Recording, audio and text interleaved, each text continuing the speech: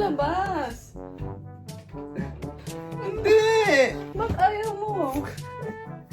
Tapos ako nakasando.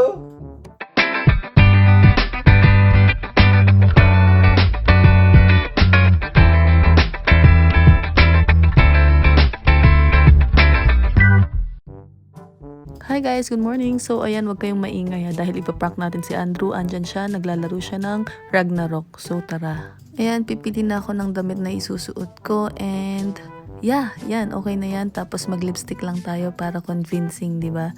So yan, naisipan ko itong prank na to ng biglaan na naman and pagpasensyahan nyo na kung yung mga angle ng camera natin ay hindi ganun kaayos.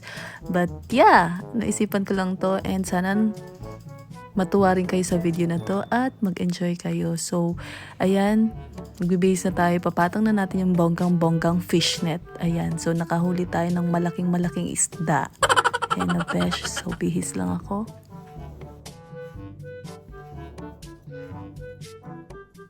So, I think okay na yung suot natin. And by the way guys, mamamalengke lang kami sa wet market. So, tingnan natin yung reaction niya pag nakita niya kung ganyan yung suot ko. Ayan, di ba? Saan ang punta, te? Gugora ka, te? Ayan. So, nandun pa rin siya. Talagang busy siyang nagra-Ragnarok. Ayan, so set up na natin yung camera para makita na natin yung reaction ni Papa Andrew. So, ayusin ko lang ng kaunti yung buhok ko and sabi ko nga sa inyo, bigla ang vlog na naman to and kaya as in mabilisan lang yung lahat. So, I think ready na ako.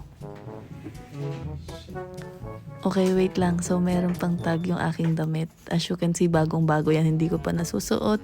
And putulin muna natin, tanggalin natin.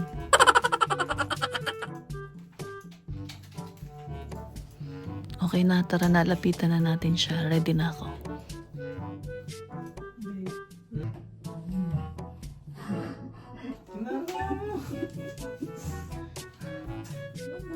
Hindi yan!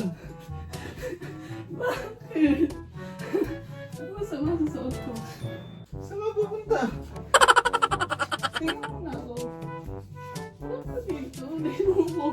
Rate mo yung suot ko. Pero sa pupuntahan natin, 2. Tingnan na dito. Nakita ko na! Ba't ayaw mo ganito? Tara na, okay na. Ano bang masama sa suot ko? Hindi yan pamali. Nakita ko na! It's a prank! It's a prank! Ano babe, okay ba ito suot ko? So sexy ah. Balik ka ng pamalengke, hindi pamalengke. Ganito nga ako lalabas. Hindi! Ba't ayaw mo? Tapos ako nakasando. Ay di mag-ano ka din, coat and tie ka din. Ayaw mo ganito? Ano bang masama sa suot ko nga? Hindi nga pamalengke yan. Sige na. Ano to? Pangalis yan.